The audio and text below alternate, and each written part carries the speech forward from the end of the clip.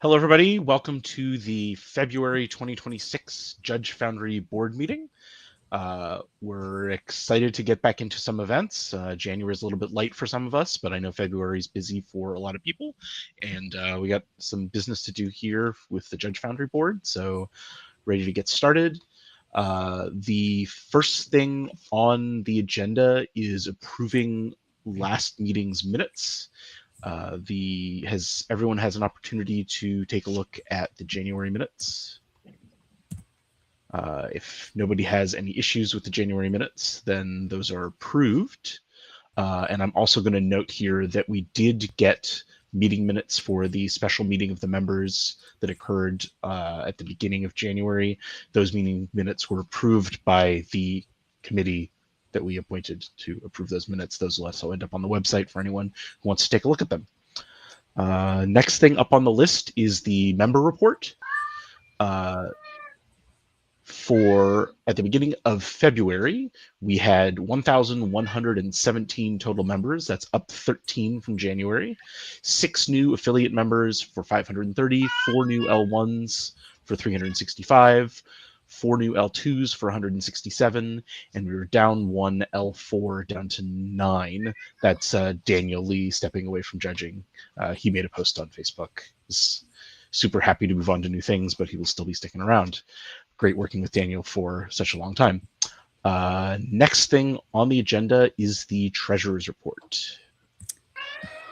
Yes. So our total revenue this last month was $4,728.40. Our expenditures constituted MailChimp, our website, insurance payments, and we also paid out the community grant for the review contest. So our net revenue this month was $2,751.83, and the full report, as always, should be available on the website if you want to see a more detailed breakdown of how exactly much we spent on each thing. Thanks, Toby.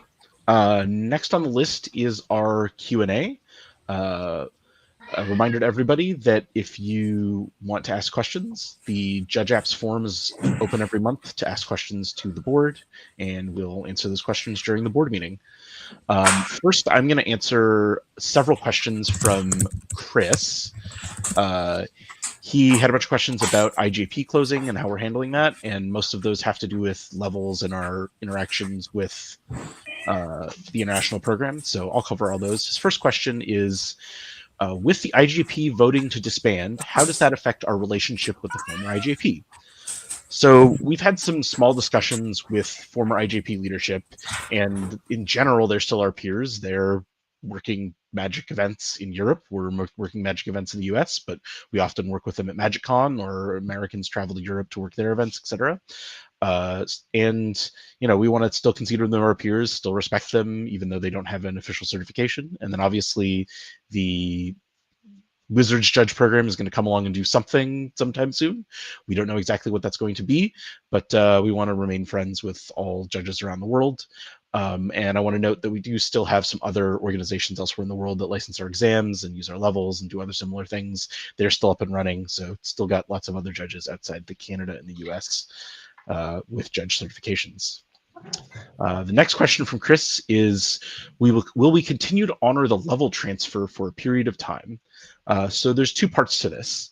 First is that the IJP levels are close enough to what JF levels are that if someone stopped judging entirely and then moved to the US in a couple years, we would still honor their previous level with our returning to a lost level system. So if a Judge Foundry judge just retired and stepped away and didn't judge for 2 years and then wanted to come back, there's a expedited process for them to get their level back that includes working with a mentor, making sure that they understand what's going on in the world now, and then showing that they could have done the maintenance, things like that. That's all detailed on the website. Essentially, if a IJP level 3 moved to the US, we would consider them to still have had level 3 in the past. The second part is that if a judge came to the US in the next year or so, we would likely accept what their level is. It would probably involve showing that they would have completed maintenance, which is not a huge bar. Let's see. The next question: do we know how long the certification will continue to show on Judge Apps? That's really a question for the Judge Apps team. I don't know how long that will exist. I would probably expect it to be about the same as other programs' levels disappearing took. So maybe a year or two, but up to the Judge Apps team and the old IGP leadership to decide what they want to do about that. And the last question is, does that mean that Judge Foundry judges moving out of the covered areas might have no place to transfer their level to? And I think that's likely the case right now. We have to see what will happen in the rest of the world in the next year or so. And I want to point out again that we do still have partners outside of the US. So if you're moving to the UK, you're moving to Australia, a few other places, your level is likely to be transferred over there and work for then. So that's all the questions from Chris. There's a question here from Daniel Crabtree as well. I think, Rob, do you want to cover that question? Yeah, Daniel asks, have there been any updates on the upcoming judge program from Wizards of the Coast? So we have a sliver of information. We had a meeting with Sama last Monday, and she gave us permission to say meeting exists. Most of the content of the meeting is under NDA. The stuff that we can share, I'm going to start with the thing that we can talk about, which is we got some updated information about conduct reporting from Sama. We updated our disqualification FAQ with a new email address that was provided by her. This is a general conduct reporting email for event-related conduct. It's a place you report conduct issues with any tournament participant at all. Judges, TOs, scorekeepers, players. It's the general, which will take all conduct because it was all going to go to the same team anyways. And so they wanted to route it all through one email. And so Sam was very clear, if you want to report anything, feel free to report it through that for any kind of conduct issues that you feel like Wizards needs to be aware of. Within or without events, as long as it's related to their sanctioning system. Other than that, we discussed a bunch of different topics, but they're pretty much all NDA'd because we don't want to put Wizards in a situation where we've announced a thing and then something changed internally. We want to make sure they don't want to announce a thing where we still have to make sure that it lines up with what we're okay doing as a nonprofit. There's stuff that's obviously not ready for public consumption on it. We've been talking with Sama. We like Sama. We like working with Sama, and we're excited to engage with Wizards about future judge program things, but we can't share specific details on that right now. So that's what I have for what the status is. Thanks, Rob. I think that's all the questions for the Q&A. So now we're going to move on to new business for this meeting. The first thing I have on my agenda is a resolution to add social media project committee members. Does someone want to cover what this is doing?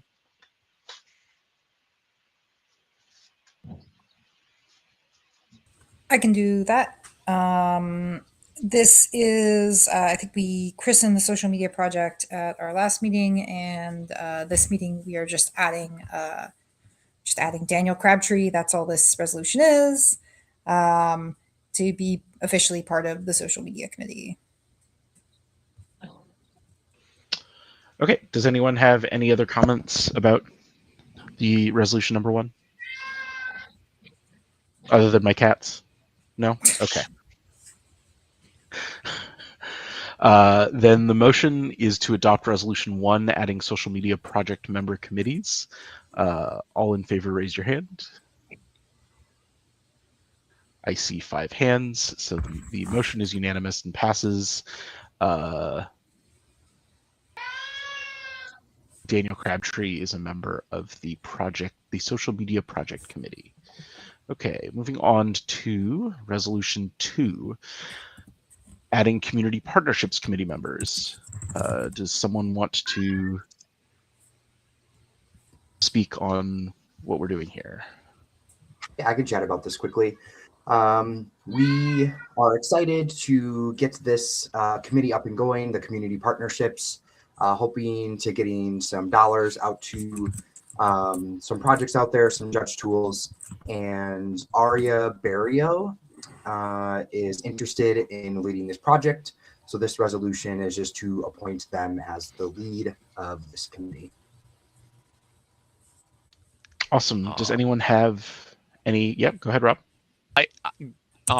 So my familiarity with the ARIA is fairly low. Can you speak to something well about ARIA about this committee? Because I want to promote them as a good person to run it. So I can talk. Oh, go ahead, Toby. I'm sorry. Aria is from a country, and so if you want, I can talk a little bit about her. She's a great community leader. She was the East regional advocate last time we had regional before the current set of regional advocates. She's an L3. She's very dedicated. She oftentimes occupies leadership slots in Canadian events.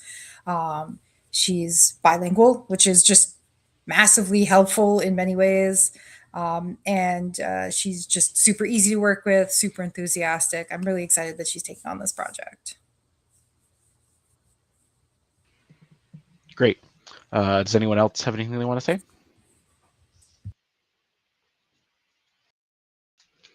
Nope. Okay. Then the motion is to adopt Resolution 2, adding community partnerships community members. All in favor, raise your hand. I see 5 hands. It's unanimous. Aria is added as the lead of the Community Partnerships Committee. Okay. The next piece of business is a resolution to pay for some insurance. Does someone want to cover what this is doing? I could talk about that. This is just our business insurance. We pay it every year, protects us from various liabilities. I think most salient part of this resolution is that the insurance is $1,323. So we're just voting on paying that. Okay. Does anyone have any other comments? Nope. Okay. Then the motion is to adopt Resolution 3, paying for our business insurance. All in favor, raise your hand. I see 4. Oh, I see 5 hands. It's unanimous. The resolution is adopted. We will pay for our insurance. Okay, that is all of the new business that I have today. Does anyone else have anything else they want to cover before we move to announcements?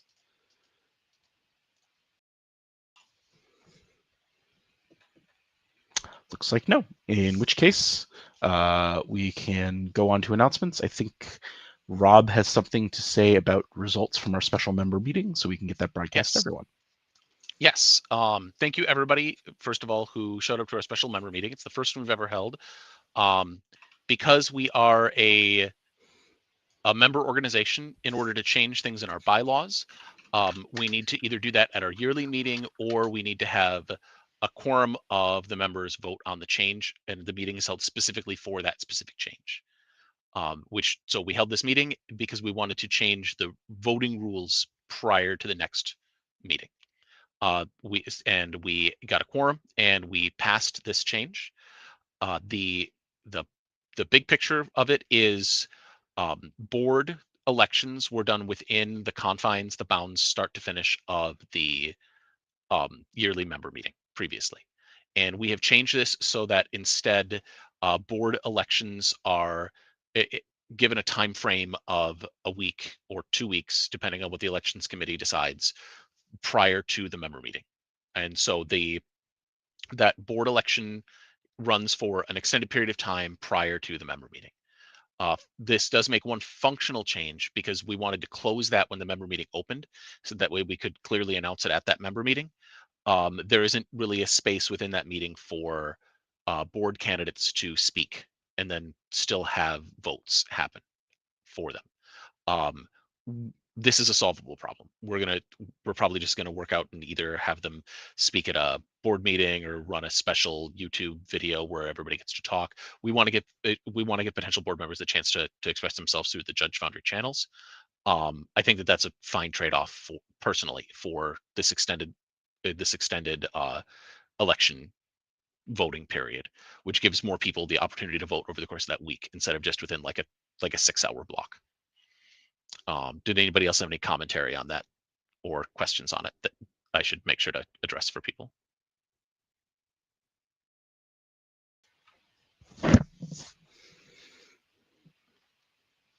No? Okay. All right. Thanks, Rob. I have an announcement. It is the first quarter of the year, and we are now into February, so it means it is maintenance season. All Judge Foundry members with who are at least level 1 have a checklist available on Judge Apps. If you go to the checklists page on Judge Apps, you'll be able to start your checklist and get it submitted. For folks who are level 1 and level 2, your RA will review it, and usually things are pretty quick. For other folks, they come to me and a couple of the people that help me approve things. So yeah, go check out the checklist. There's also an article on our website that is a maintenance primer for this year. It's a little bit shorter than last year's maintenance primer because it's the second time around. So a little bit fewer specific details, a lot more. Here's how to actually go get your maintenance done. So go check that out, get it done. The deadline is March 31st. Let's see. Next on the list, I have Kaylin with some things about Exemplar. Yeah, for sure. Don't have a strong timeline here. We're working through some things with the Community Project Grants Committee internally, and Exemplar is waiting on a grant to be approved. But we are working diligently, having some good conversations to make Exemplar Wave 3 possible. So keep your eyes out. Very excited to start recognizing and publicly praising my colleagues.